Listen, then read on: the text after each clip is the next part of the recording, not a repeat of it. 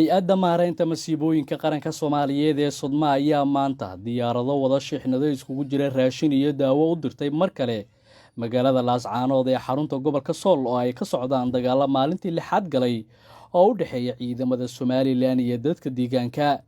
Diyaaradahan ayaa gaarayay ilaa 3 diyaarad waxaana ay ka degayaan magaalada Garowe iyadoo gurmadkan loo sii gudbin doono magaalada Laascaanood iyo deegaanada ku dhow oo colaadaha halkaasi ka jira bulshadii ku nooleed saameyn ay u geysteen. Agaasimaha guud ee hay'adda maareynta masiibooyinka qaranka Soomaaliyeed ee Sodma mudane Cabdirashiid Maxamuud Xasan ayaa ka warbixiyay gargaarkan maanta hay'adda ay u dirtay magaalada madaxda gobolka Sool.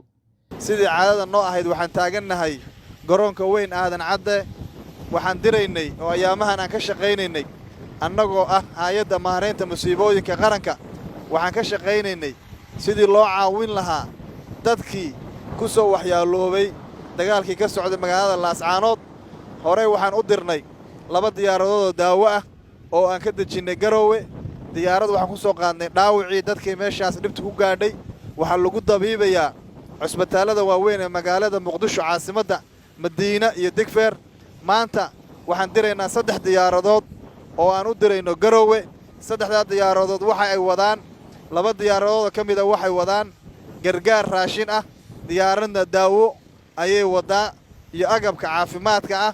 sidaa awgeed way naga go'an tahay waqti kasta inaan u gargaarno shacabkayga Soomaaliyeed anigoo ku hadlaya magaca hay'adda maareynta masiibooyinka qaranka.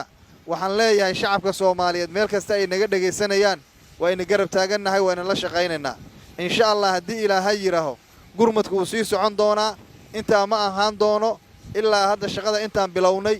diyaaradii 5aad ayaan maraynaa oo aan u dirno gargaar dadkaas dhibaatadu kaga dhacday magaalada Laascaanood. waxaan ka shaqaynaynaa u gurmashadooda, daawadooda, raashinkooda in iyaga laftooda la soo qaado. waa naga go'an tahay waqti kasta shacabkayga Soomaaliyeed inaan u gargaarno. waxaan bartaan uga mahadnaqayaa ra'iisul wasaaraha xukuumadda federaalka Soomaaliya mudane Xamse Cabdi Barre iyo madaxweynaha jamhuuriyadda annagoo ku shaqaynayna amarkooda oo amirtooda. Hay'adda maareynta masiibooyinka qaranka ayaa tan iyo markii ay colaadda ka bilaabatay Laascaanood waxa ay u dirtay ilaa 5 diyaarad oo sida dawooyin iyo raashin waxaana xusid mudan in 18 ka mid ah dadkii dhaawacyada culus ay ka soo gaareen dagaaladaasi ay hay'adda maareynta Muqdisho ay soo gaarsiisay si lagu baxnaaniyo. Yunus Duraan Cali, warbaahinta qaranka, Muqdisho.